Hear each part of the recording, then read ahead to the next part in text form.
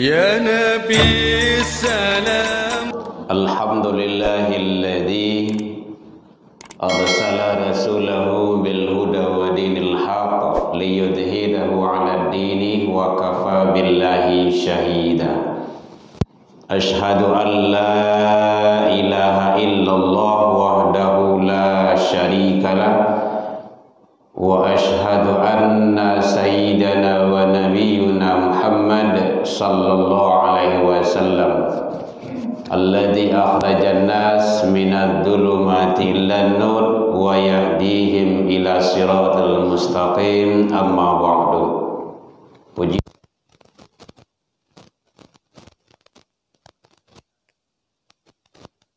Subhanahu wa ta'ala. Alhamdulillah, dengan berkat izin dan rahmat Allah Subhanahu wa ta'ala, sampai malam ini kita masih diberikan kesehatan oleh Allah. Alhamdulillah. Buktinya kita masih diberikan oleh Allah kesempatan dan waktu luang datang ke masjid, menjalankan ibadah, dengar kajian, duduk di majelis ilmu. Mudah-mudahan setiap dan semua yang kita lakukan itu bernilai ibadah di sisi Allah hendaknya. Dan kita berharap jikalau ada sekiranya penyakit-penyakit yang ada di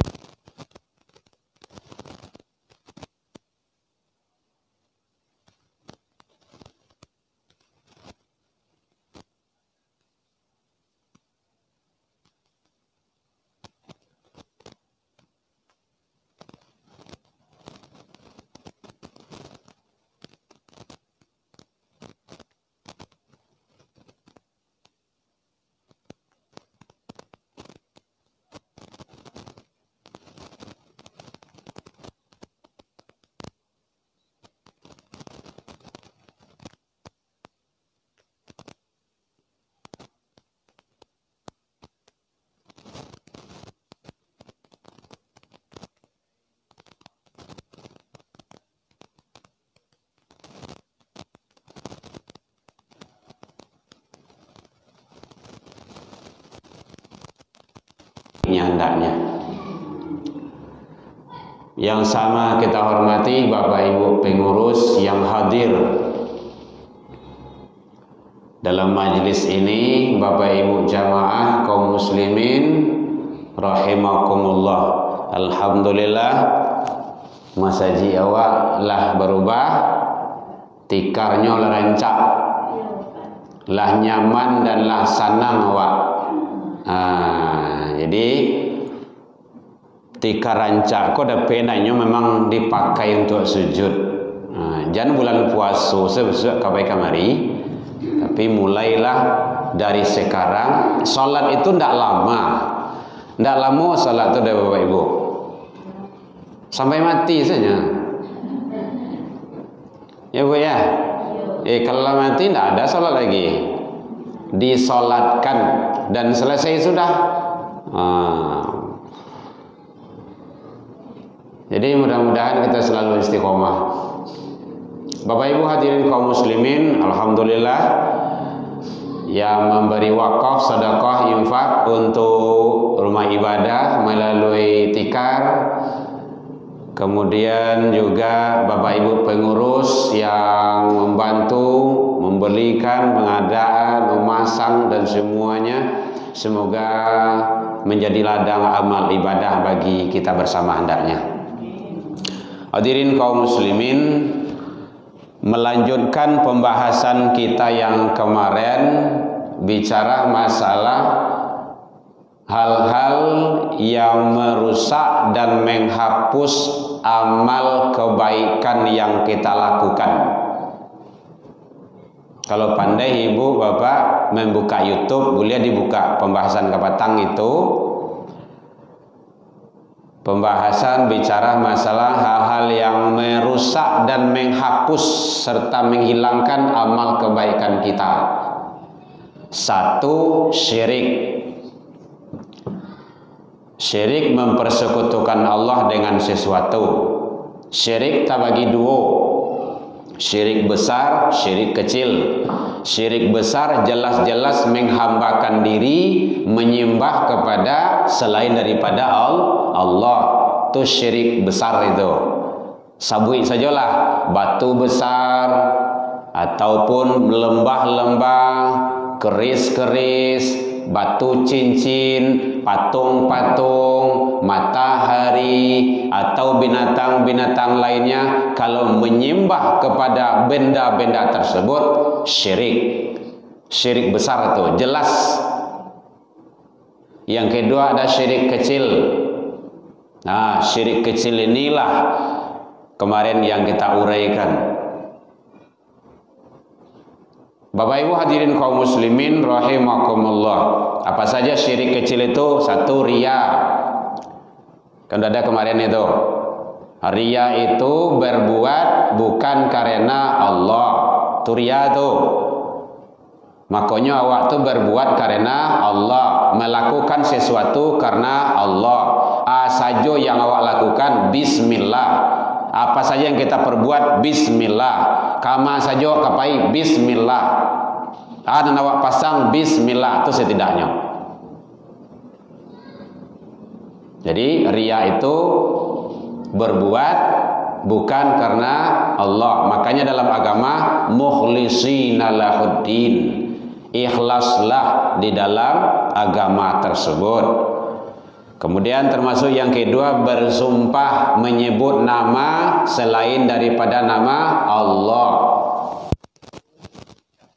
Golongan kepada syirik kecil. Kemudian juga kemarin tawaf mengelilingi kuburan orang-orang soleh. Itu sudah kita uraikan kemarin itu. Karena tawaf itu hanya di Mekah, di Masjidil Haram. Tidak boleh di tempat yang lain. Bapak Ibu hadirin kaum muslimin rahimakumullah. Nah, jadi oleh sebab itu, maka hati-hati kita jangan sampai terjebak ke dalam perbuatan-perbuatan dan sifat-sifat syirik tersebut. Syukran. Hadirin kaum muslimin, kemudian termasuk yang terakhir kemarin, ini review ulang yang petanggo supaya tidak hilang. Menyembelih binatang di kuburan para wali, orang-orang soleh, orang-orang yang kita anggap adalah punya kelebihan-kelebihan dalam agama. Ada biah binatang situ, terserah mau ayam, mau kambing, mau jawi, mau kabau. Itu bahasa kampung itu kabau, kerbau, nah gitu. Ya, bahasa kampung itu kabau namanya itu. Yang hitam tuh Oh ya. Itu tidak boleh. Menyembelih itu boleh, tapi kalau kita sembahkan sesajian untuk kuburan-kuburan karomah itu tidak bolehnya. La'anallah. Nah, itu dalilnya kemarin itu. Allah melaknat man zahaba bighairillah. Siapa yang menyembelih selain dipersembahkan atas nama Allah, untuk Allah, ridha Allah Subhanahu wa taala. Nah, dan kewatannya Bapak Ibu, kalau tidak kita lanjutkan untuk kemarin pembahasan kita yang sudah lewat. Masih dalam ruang lingkup kategori syirik kecil. Selanjutnya yaitunya salat menghadap kuburan. Sangajo awak kuburan orang-orang soleh di mi'rab tu, di dalam masjid itu, di dalam rumah ibadah tu, kemudian awak setiap salat menghadap kepadanya, apalagi meminta kepada kuburan itu. Itu tidak boleh. Itu bahaya, itu terjebak ke dalam syirik. Rasulullah menyatakan la tajlis alal kubur. Itu yang di luar mau wirid, masuk ke dalam. Masuk aja. Kalau ada anak-anak sekolah yang mau wirid silakan masuk. Jangan malu lah bergabung jadi mama leh. Awak kau jadi mama besok kalau kadang. Sampai kadang panjang umur awak jadi mama awak tuh. Jadi nenek lo leh. Nah, gitu. Ya. Di bergabung saja dengan nenek. Makasih ya atas kehadirannya. Semoga ukhti semua istiqomah. Ndak apa kini dek karena nilai dulu doh. Mudah-mudahan besok terbiasa datang ke masjid ya. Jadi syirik kecil tersebut selanjutnya yaitunya salat menghadap kuburan. Nah, jadi ada bapak yang ini pembahasan ini berlanjut. Pembahasan kemarin sudah ada, buka di YouTube nanti kalau mau ya. Nah, gitu. Jadi ternyata kata Rasul, la tajlis 'alal kubur, ndak boleh duduk di atas kuburan, wala tusallu ilaiha, jangan salat menghadap kepadanya. Jadi awak ada orang soleh, orang-orang yang dikaromahkan, karamai lah gitu kan, ditanam kuburan beliau di mihrab di dalam masjid itu, kemudian salat menghadap kepada kuburan itu tidak boleh, kecuali kuburan itu sudah berada di depan masjid, sudah dari sononya. Yang punya tanah ini dulu beliau mewakafkan untuk masjid, untuk musola. Habis itu kalau meninggal, tolong kuburan disikodi. Tahu-tahu kuburan itu berada di depan masjid. Kok diasa, kok diali kan tidak mungkin lah doh. Kamalo kok dianjak kok. Tanah tidak ada lah doh. Nah, maka tidak masalah. Yang masalah itu adalah kata Rasul, sengaja kita sholat menyembah ke kuburan itu. Ada kadang-kadang yang ekstrimnya tuh. Selagi ada kuburan di masjid, di musala tuh, ambo ndak kesumbayang situ doh. Ya kalau ndak anjak lah kuburan tuh. Kadang-kadang kan ndak mungkin. Nah gitu. Nah, jadi oleh sebab itu yang dimaksud Rasul itu ditanam kuburan di muka gua, di mihrab gua. Awak sholat menghadap kepada itu yang tidak boleh. Bapak ibu yang sudah haji dan umrah, kita kan tidak boleh berdoa saja, tidak boleh di makam Rasul. Kalau berdoa tuh nyalau itu di polisi itu tuh, haj, ukhruj, keluar. Tapi ngapain kita di situ? Assalamualaikum ya Rasulullah, Assalamualaikum ya Habibullah, ucapan salam. Selamat. Berdoa enggak boleh, cobalah. Nampak adanya ya nyalau. Karena berdoa itu kepada Allah. Ud'uni astajib lakum, mintalah aku akan kabulkan. Kata Allah seperti itu. Jadi meminta itu kepada Allah, bukan kepada yang lain, termasuk kepada kuburan, enggak boleh. Jadi dalam hadis ini ada dua larangan Rasul. La tajlis 'alal kubur, ndak boleh duduk di atas kuburan. Nah, ini bapak-bapak, ibu-ibu, kalau ada yang nampak awak pai ziarah kubur, pai ngantarkan ke makam, biasanya kan banyak yang duduk-duduk di atas kuburan itu. Kadang bagolek-golek di situ bagai. Nah, itu makanya kalau awak menegur tentu dalam pengajian. Di situ kadang-kadang ditegur bekunya walian lah, dipanik biasanya. Lah tadi mengali kubur kami lah balarang lo bagaisnya. Bagai cawak. Nyutang kalau dari awak mah. Tidak boleh. Bahkan di dalam riwayat, di dalam hadis, dalam kitab Mukhtasar Riyadhus Shalihin Imam Nawawi, daripada duduk di atas kuburan lebih rancak duduk di atas baru api yang sedang hidup. Angin dingin. Enggak percaya cobalah. Menggelakak duanya ketepong tu. Begitu menghormati. Enggak boleh. Ya, kakak nanti kalau ada teman-teman yang tidur-tidur duduk-duduk atas kuburan, nanti kalau apa jarak kubur larang dia. La tajlis 'alal kubur. Jangan duduk di atas kuburan. Gitu. Itu hadis loh. Hadis diriwayatkan oleh Imam Muslim dalam kitab Sahih.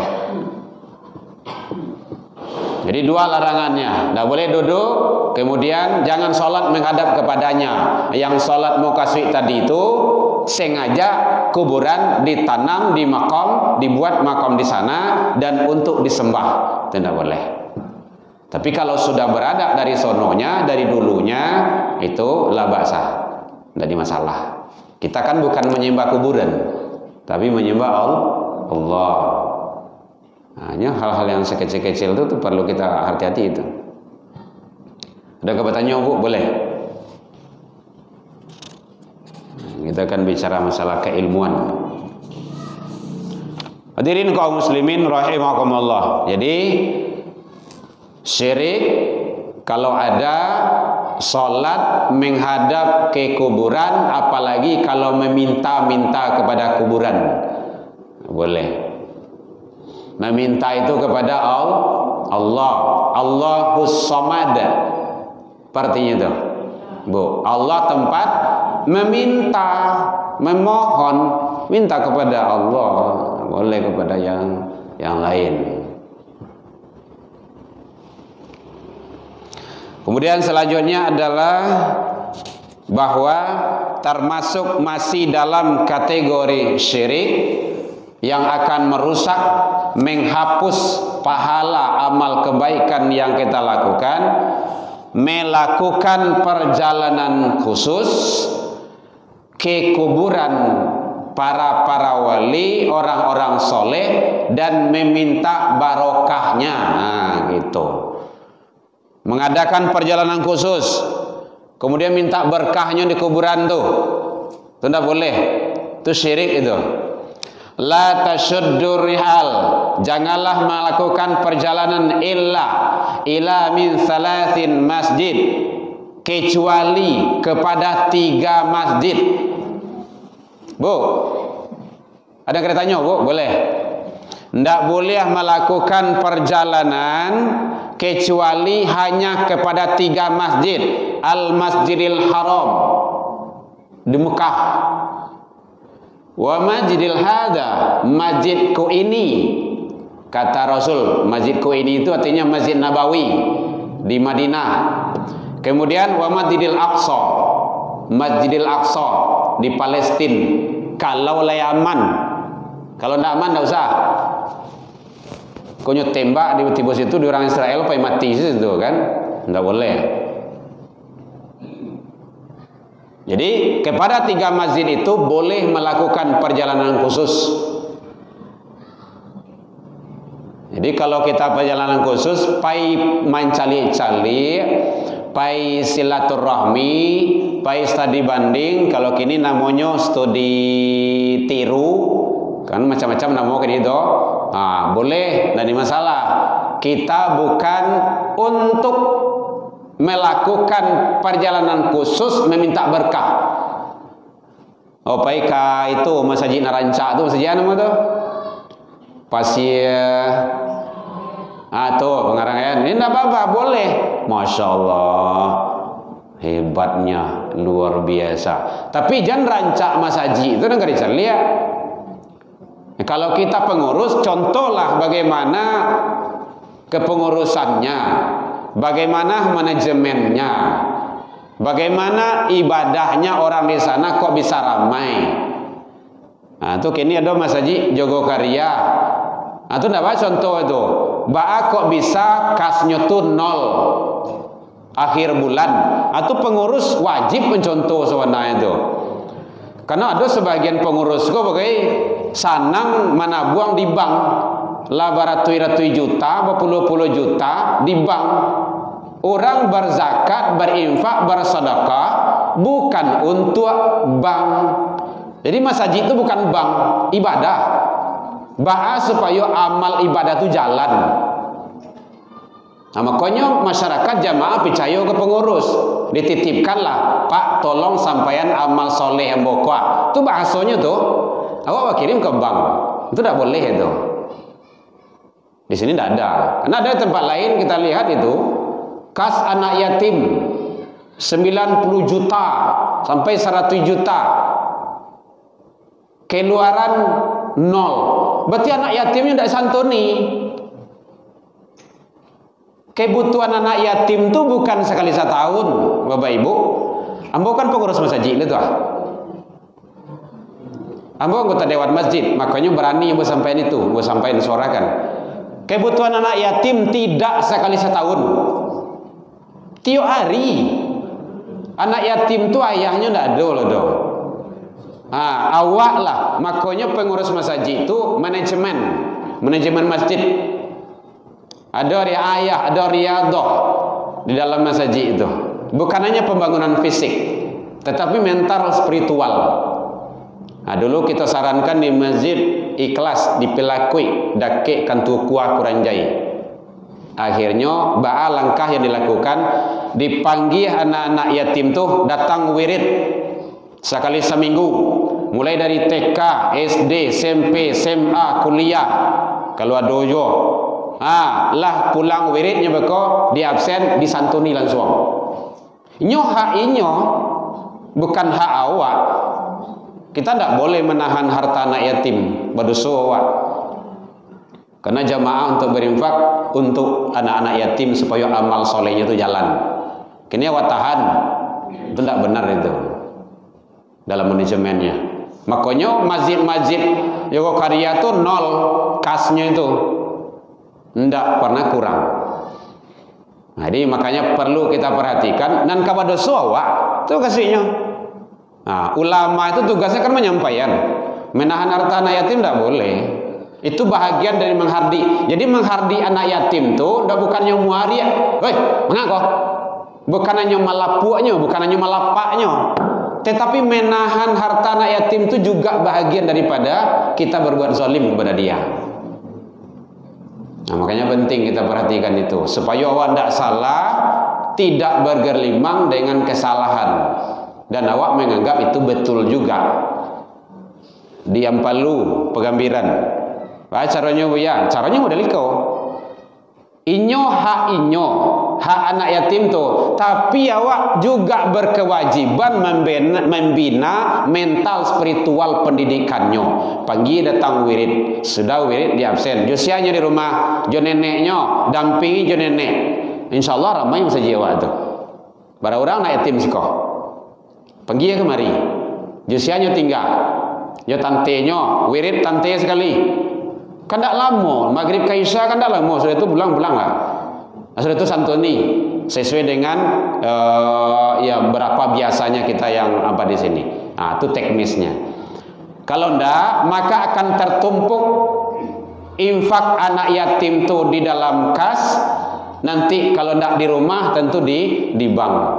Sementara kaum muslimin berinfak bersedekah untuk beramal soleh. Sementara kita menahan amal soleh jamaah kita.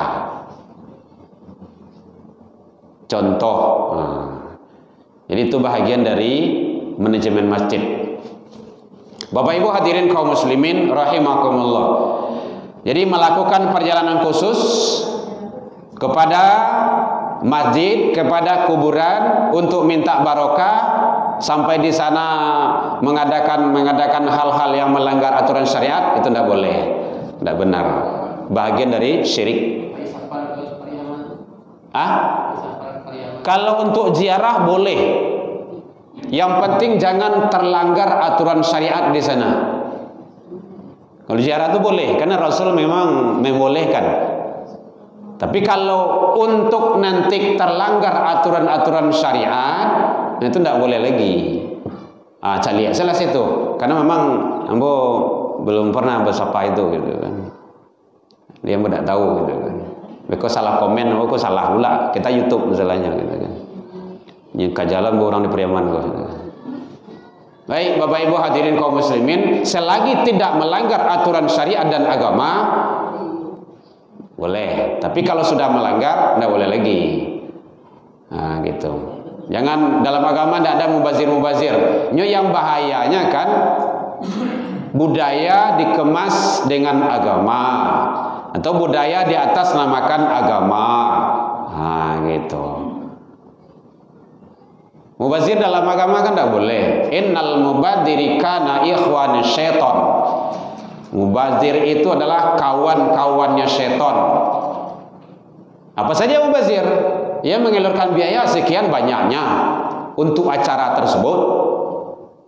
Sementara acara tersebut adalah seremonial saja, tidak ada nilai-nilai spiritual agama di dalamnya.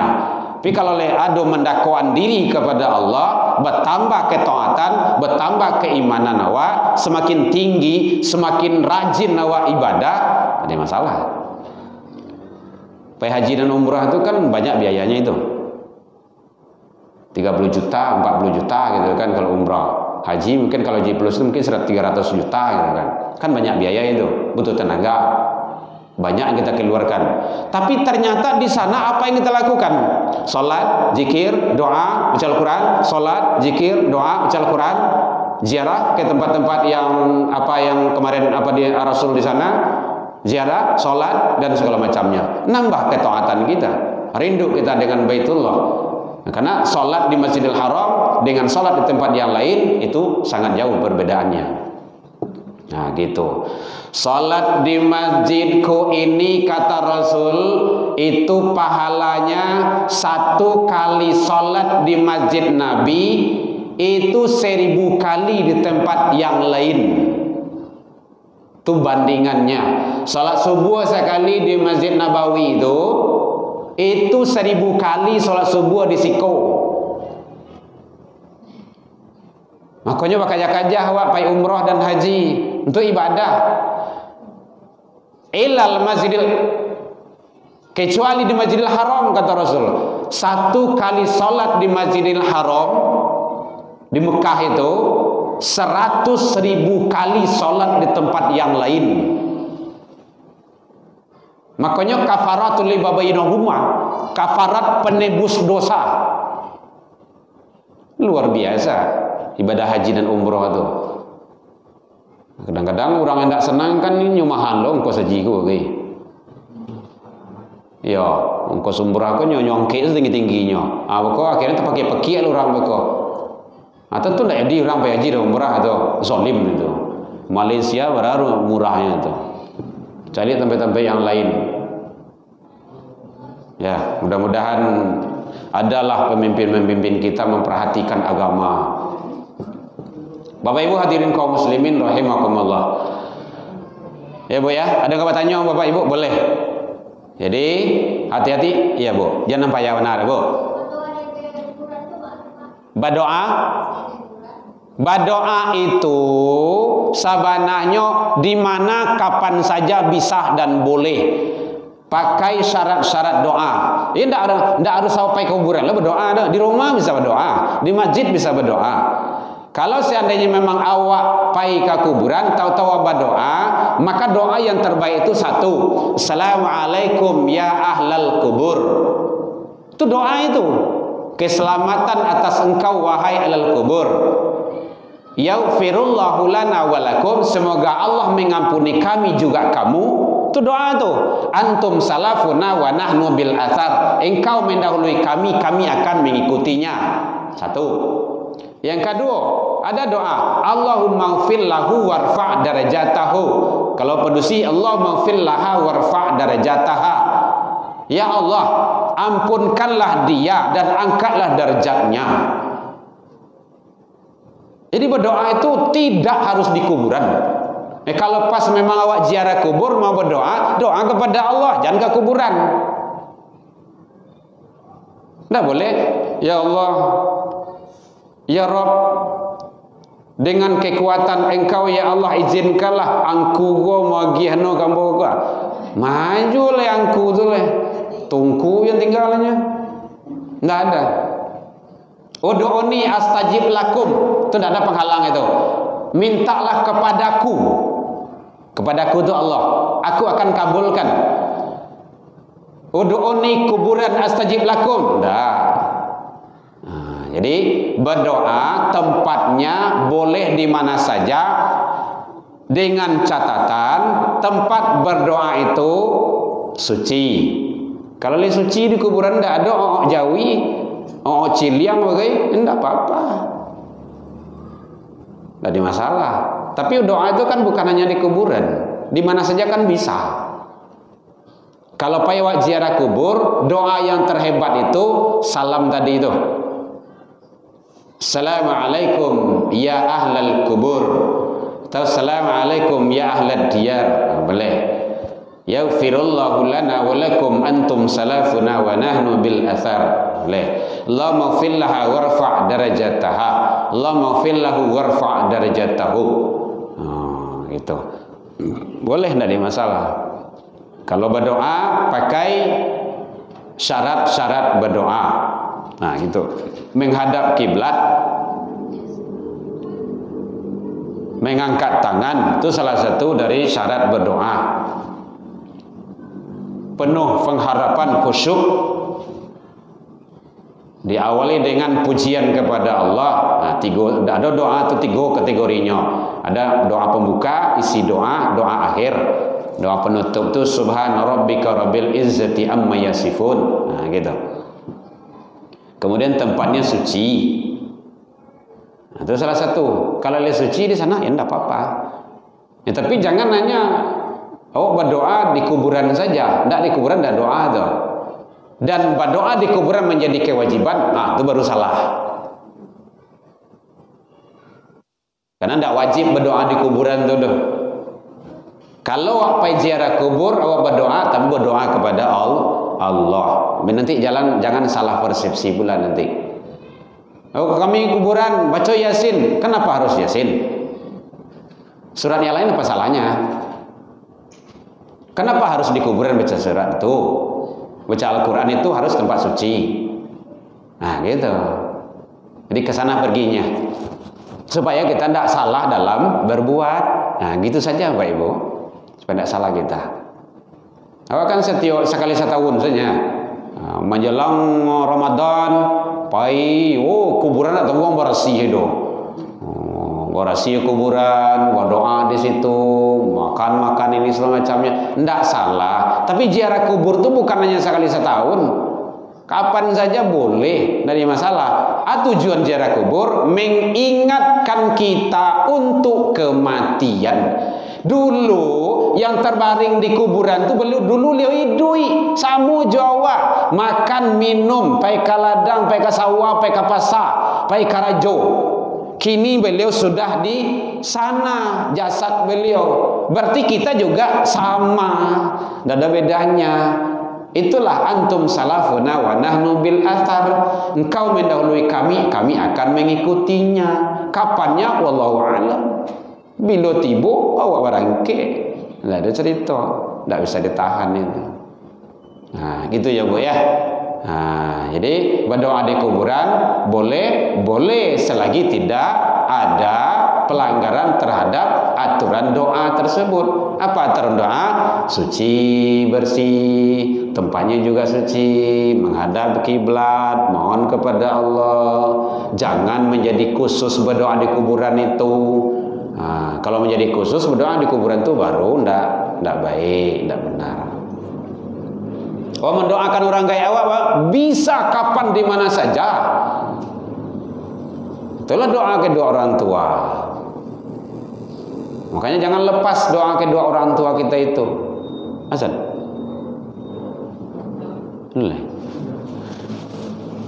Masih ada tanya Bapak Ibu?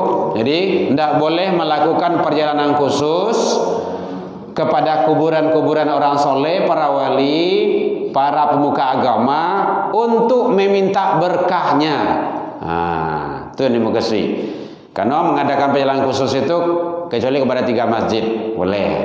Nah, Masjidil Haram, Masjid Nabi Madinah, kemudian Masjidil Aqsa di Palestina.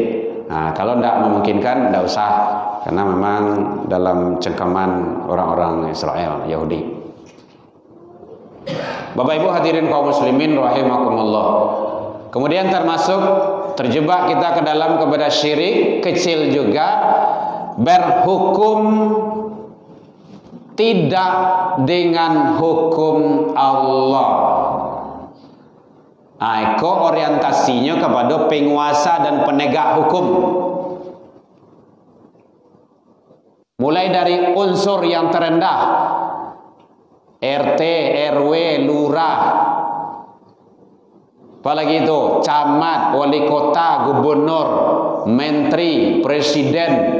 DT presiden alai. Yang berkuasa di dunia ke siapa? Selain Allah lah gitu. Tak ada dah. Tak ada dah ya. Kalau kamu buat hukum harus berdasarkan aturan Allah, tidak boleh bertentangan. Kalau bertentangan dengan aturan Allah, maka hukum itu batil, tidak boleh dipakai. Begitu kata Allah. Karena hukum yang terhebat itu, kitab perundang-undangan yang terhebat itu, bukan di Indonesia, di dunia ini adalah aturan Allah dan Rasul, yaitunya Al-Quran dan Sunnah dan Hadis. Tidak boleh bertentangan dengan itu.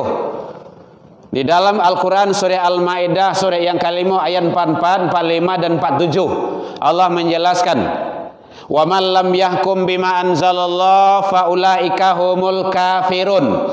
Siapa yang menghukum kalau tidak dengan aturan-aturan Allah, kalau bertentangan dengan aturan Allah, dia itu kafir.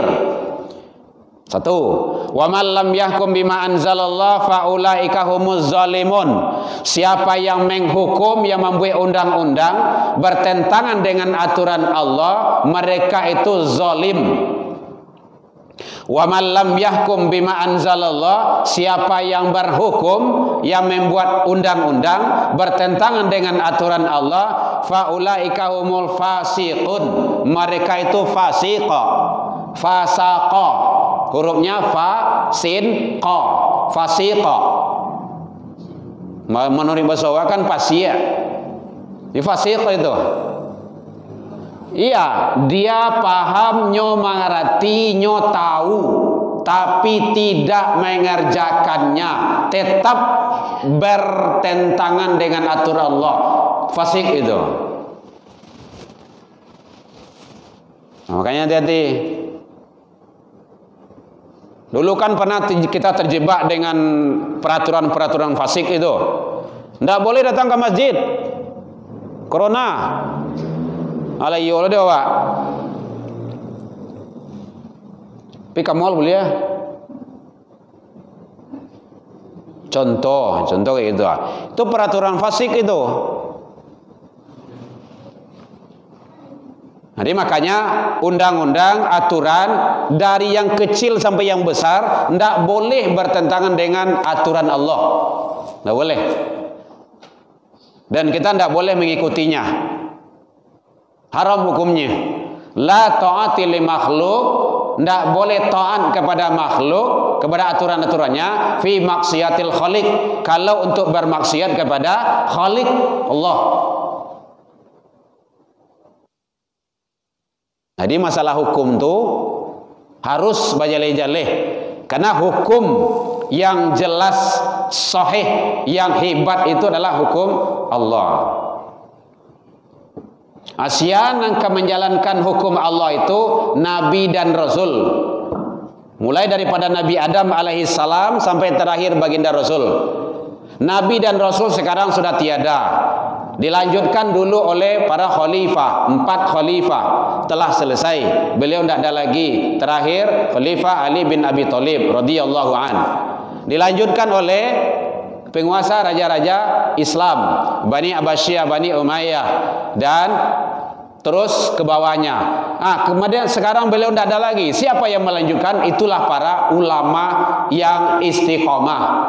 Makanya Rasul menyatakan al ulama warasatul anbiya. Ulama itu pewaris. Pewaris itu pelanjut. Yang disampaikan Allah, disampaikan Nabi dan Rasul, disampaikan oleh ulama. Itu yang sabana ulama tuh. Jangan ulama acak-acakan. Kalau ada ulama-ulama yang membawa umatnya menantang kepada Allah, itu tidak benar itu. Itu ulama sasik, tidak perlu diikuti. Daripada panik awak, biarkan saja mereka, abaikan, cuekkan saja. Nyodoh tuh banyak ulama-ulama isuk tuh akan bertebaran di akhir zaman. Nah maka peganglah ulama-ulama yang istiqomah. Kalau halal, halal, haram, haram. Jangan campur-campur, jangan abu-abu, tidak boleh. Tandonya itu saja Bapak Ibu, tidak susah. Kalau bertentangan dengan aturan Allah, berarti dia tidak benar itu.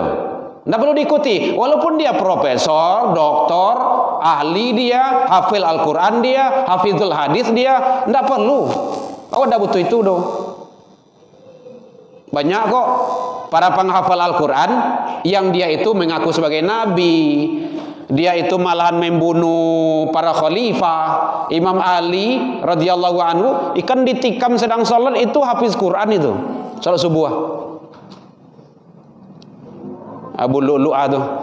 Nah, baik Bapak Ibu, jadi sampai pembahasan kita dalam masalah hukum. Kalau kita mengikuti itu, kita akan terjebak ke dalam yang namanya syirik dan merusak amal ibadah dan amal soleh kita. Ada bertanya Bapak Ibu? Kalau tidak kita tutup karena sudah kedengaran suara azan. Baik, demikian saja. Allahu minkum ilal liqa fastabiqul khairat. Kalau untuk jelasnya pembahasan yang kemarin menyambung dengan pembahasan kemarin sekarang boleh dilihat di dalam YouTube. Buka saja nanti Erman Tanjung. Ada nanti ya. Ya. Buya Erman Tanjung official. Itu di Masjid Al-Mukarramah Sitibah. Nah, sudah ada di YouTube-nya. Dari awal kajian kita ada di sana, insyaallah. Baik, Bapak Ibu, demikian saja. Alhamdulillah minkum ilal liqa fastabiqul khairat. Wabillahi taufiq wal hidayah. Wassalamualaikum warahmatullahi wabarakatuh.